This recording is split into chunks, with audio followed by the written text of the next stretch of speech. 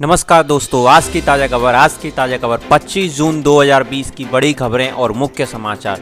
ताज़ा खबर 25 जून की देश और दुनिया की उन प्रमुख खबरों पर एक नज़र डालते हैं जिसका आम जनता से सीधा सरोकार है। यहाँ पर पढ़ें बृहस्पतिवार 25 जून 2020 की प्रमुख खबरें। दोस्तों, सबसे पहले हेडलाइंस पर नज़र डाल लेते हैं। देश में कोरोना वायरस की स्थिति में सुधार होता नहीं दिख रहा है। भारत में कोविड-19 के मरीजों की संख्या बढ़कर 4,40,215 हो गई है। राजधानी दिल्ली के हालात ठीक नहीं है। दिल्ली में कोरोना वायरस से संक्रमित लोगों की संख्या 62,000 को पार कर गई है। यहाँ पर संक्रमित की दर काफ़ी तेज़ी से बढ़ती हुई दिखाई दे रही है। रक्षा मंत्री राजनाथ सिंह के दौरे पर हैं। वास्तविक नियंत्रण रेखा LAC पर तनाव बना हुआ है। इस तनाव को कम करने के लिए भारत और चीन के बीच आज संयुक्त सचिव स्तर की वार्ता होने वाली है। देश और विदेश की खबरें यहाँ पर नज़र बनाए रखें। अंतर्राष्ट्रीय मुद्रा कोष में बुधवार को कहा कि भारतीय अर्थव्यवस्था में 2020 में 4.5% की गिरावट आ रही है। यही एक ऐतिहासिक गिरावट होती है। उन्होंने कहा कि कोरोना वायरस महामारी और इसकी रोकथाम के उपाय के चलते अधिकांश आर्थिक गतिविधियां ठप हो गई। इसी कारण बड़ी गिरावट आई है। दोस्तों, जब चलते हैं और हेडलाइंस की तरफ। सीमा पर तनाव, भारत और चीन के बीच हो सकती है संयुक्त सचिव स्तर की वार्ता। दोस्तों, अब चलते हैं और हेडलाइंस की तरफ। आधार पैन लिंक डेडलाइन, आधार को पैन से जोड़ने की समय सीमा 31 मार्च 2021 तक बढ़ा दी गई है। दोस्तों, अब चलते हैं और हेडलाइंस की तरफ। सुशांत सिंह राजपूत सुसाइड, सुशांत सिंह राजपूत के सामने आई फाइनल पोस्टमार्टम रिपोर्ट, पता चला मौत का कारण। दोस्तों, अब चलते हैं और हेडलाइंस की तरफ। सैनिटाइजर उत्पादन में यूपी का रिकॉर्ड, कश्मीर से लेकर कन्याकुमारी तक हो रही है सप्लाई। अब चलते हैं और हेडलाइंस की तरफ। हमने तो पतंजलि को कफ की दवा बनाने का लाइसेंस दिया था, उत्तराखंड आयुर्वेदिक विभाग। दोस्तों, अब चलते हैं और हेडलाइंस की तरफ। वहीं पर petrol diesel price today, Delhi में पहली बार पेट्रोल से महंगा हो गया डीजल, जाने आज क्या है भाव। दोस्तों, अब चलते हैं और हेडलाइंस की तरफ। गोल्ड प्राइस, कोरोना से फिर चमका सोना, भारत ने नई ऊंचाइयों पर, दुनिया के 8 साल के ऊंचे स्तर पर सोना। दोस्तों, ये तो रही हेडलाइंस। अब चलते हैं न्यूज़ की विस्तार की तरफ। सीमा पर तनाव टॉक्स, भारत और चीन के दोनों देशों के बीच सोमवार को कोर कमांडर स्तर की वार्ता हुई। दोनों देशों के बीच लद्दाख सेक्टर को टकराव कम करने की सहमति बनी हुई है। LAC पर तनाव कम करने के लिए भारत और चीन उठा सकते हैं कदम। सोमवार को सैन्य कमांडर स्तर की वार्ता हुई। गत 15 को गलवान घाटी में दोनों देशों के सैनिक के बीच हिंसक झड़प हुई थी। दोस्तों, सोमवार को कोर कमांडर की स्तर की वार्ता हुई है। हिंसक झड़प में 20 जवान शहीद हुए थे। वहीं पर गलवान घाटी में दोनों देशों के सैनिकों के बीच झड़प हुई थी। इस घटना में 20 जवान शहीद हो गए, जबकि चीन की तरफ से सैनिकों के मारे जाने की खबर है, लेकिन इसके बारे में अधिकांश आंकड़ा नहीं दिखाया गया है। भारत का कहना है कि गलवान घाटी में चीन स्थिति में बदलाव करने की एक तरफा कोशिश कर रहा है, जिसे रोकना यह हिंसक घटना हुई। विदेश मंत्रालय का यह कहना है कि सीमा पर उच्च स्तर पर बनी सहमति का पालन यदि चीन की तरफ से किया गया होता तो इस तरह की स्थिति आज नहीं बनती। दोस्तों, अब चलते हैं और हेडलाइंस की तरफ। आधार पैन लिंक डेडलाइन। दोस्तों, आधार से लिंक पैन कार्ड को करने की तारीख बढ़ा दी गई है। अब आधार को 31 मार्च 2021 तक लिंक कराया जा सकता है। इससे पहले यह समय सीमा 31 मार्च से लेकर 31 जून तक किया गया था। दोस्तों, अब चलते हैं और बताते हैं क्या हुआ है। लेकिन इसकी मियाद बढ़कर 30 जून बढ़ा दी गई है और इसे बढ़ाकर 31 मार्च 2021 तक कर दिया। सरकार के फैसले ने लोगों को यह राहत दी है, जो की वजह से अभी तक पैन कार्ड आधार कार्ड से लिंक नहीं करा सके थे। Central board of direct tax ने कहा है कि जिस व्यक्ति ने 1 जुलाई 2017 तक पैन कार्ड आवंटित नहीं किए, उन्हें इनकम टैक्स कानून की धारा 139 AA की सब सेक्शन 2 के तहत अपने आधार कार्ड के बारे में समय सीमा तक सूचना देनी है। ऐसा नहीं कर पाने से संबंधित पैन उनके बाद निष्क्रिय कर दिया जाएगा। इनकम टैक्स कानून के आधार के मुताबिक 1 जुलाई 2017 से जिन लोगों के पास पैन कार्ड है, आधार कार्ड लेने के लिए पात्र हैं, उन्हें आधार कार्ड संख्या के बारे में टैक्स अथॉरिटी को जानकारी देनी होगी। दोस्तों, अब चलते हैं और न्यूज़ की तरफ। सुशांत सिंह राजपूत की सामने आई फाइनल पोस्टमार्टम रिपोर्ट, पता चला मौत का कारण। मुंबई के जुहू स्थित कूपर अस्पताल में उनकी पोस्टमार्टम हुआ और उनका ऑर्गन जे हॉस्पिटल भेजे गए। अब सुशांत सिंह की सुसाइड के मामले में फाइनल रिपोर्ट आ चुकी है।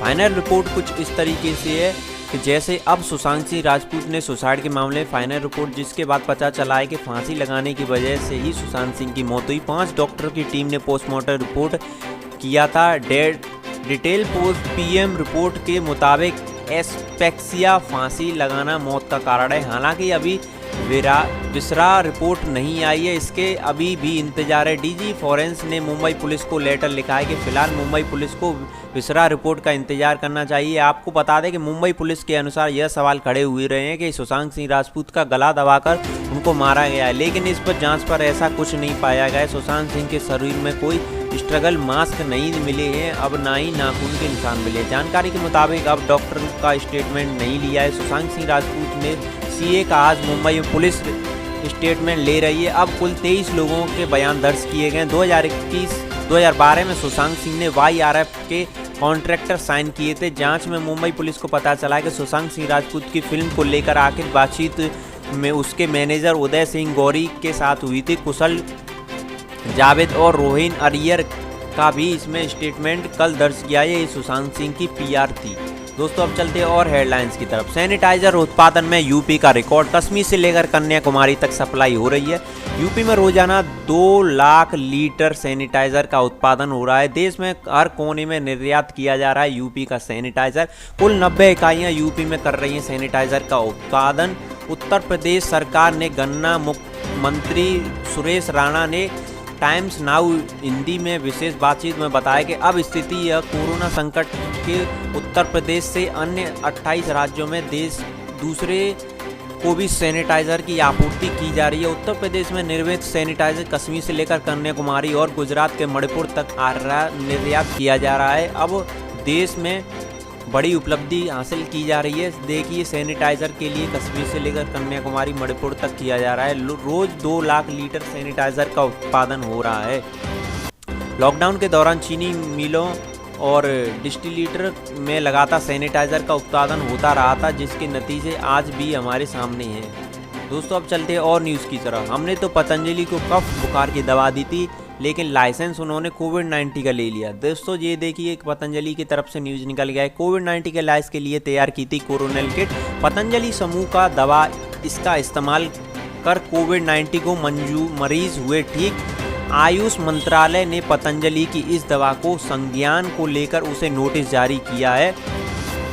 दोस्तों पतंजलि आयुर्वेदिक ने बनाई है कोरोनल किट। बता दें कि योग गुरु बाबा रामदेव ने पतंजलि आयुर्वेदिक को मंगलवार को कोविड-19 के इलाज का दावा करने वाली कोरोनल दवा की एक किट जारी की है। इसमें आयुष मंत्रालय ने नोटिस जारी किया है कि मंत्रालय ने पतंजलि ग्रुप को इस कोरोनल किट का पूरा ब्यौरा जैसे कि नाम, दवा मिश्रण, दवा बनाने के लिए एक शोध संगठन स्थित कमेटी की मंजूरी की है। CRIT रजिस्ट्रेशन और रजिस्टर डाटा मांगा है। आयुष मंत्रालय ने उत्तराखंड सरकार की लाइसेंस अथॉरिटी विभाग पतंजलि ग्रुप को दिए गए लाइसेंस की प्रति मांगी है। इसके अलावा विभाग ने आयुर्वेदिक दवा के उत्पादन मंजूरी ब्यौरा मांगे है। दोस्तों रिपोर्ट में उन्होंने कहा है ट्विटर करके as per the Patanjali application we issue them license, they did not mention coronavirus, we only approve license for immune booster cough fever, we will issue them a notice ask how they got permission to make the kit for COVID-19 license officer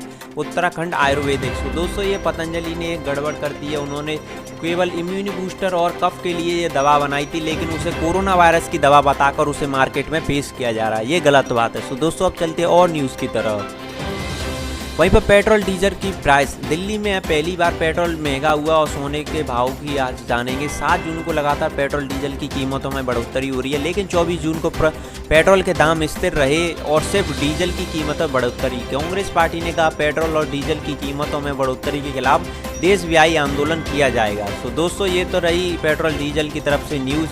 Mumbai में 86.54 रुपये प्रति litre है, वहीं diesel 78.22 प्रति litre हुआ। चेन्नई में petrol 83.04 रुपये litre है, वहीं डीजल 77.17 रुपये लीटर है। कोलकाता में पेट्रोल 81.45 रुपये लीटर है, वहीं डीजल 75.06 रुपये लीटर है। बेंगलुरु में पेट्रोल 82 रुपये डीजल है और वहीं पर 75.96 रुपये डीजल है। हैदराबाद में पेट्रोल 82 है। सो दोस्तों, ये सामान्य तौर पर कम टैक्स की वजह से डीजल और पेट्रोल का दाम 18 से 20 रुपये प्रति लीटर कम रहता है, लेकिन हाल में वर्षों में डीजल पर बढ़ने की वजह से यह अंतर कम होता गया है। गौर करें कि 7 जून को पेट्रोलियम मार्केटिंग कंपनी ने बुधवार तक लगातार 18 दिन डीजल कीमतों की बढ़ोतरी की है। इस तरह पेट्रोल के दाम लगातार 17 दिन बढ़ाए गए। इसके पहले 82 दिनों तक कीमतों की बढ़ोतरी नहीं की गई थी। 18 दिन में डीजल कीमतों की 10.49 रुपये प्रति लीटर बढ़ोतरी की। वहीं 17 दिन में पेट्रोल 8.5 रुपये प्रति लीटर महंगा हुआ है। तो दोस्तों, ये तो रही पेट्रोल की न्यूज़। अब चलते हैं सोने की न्यूज़ पर। कोरोना में फिर चमका सोना। भारत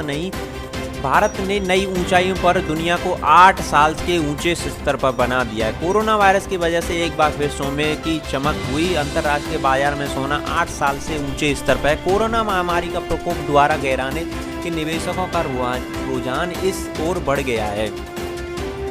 कोरोना वायरस कहर के बाद एक बार फिर सोना चमका है। वहीं पर बता दें आप लोगों को, अंतर्राष्ट्रीय बाजार में सोना 8 साल के ऊंचे स्तर पर है। वहीं पीली धातु के सामने आगे $1800 प्रति औंस में मनोवैज्ञानिक स्तर पर को तोड़ने की चुनौती है।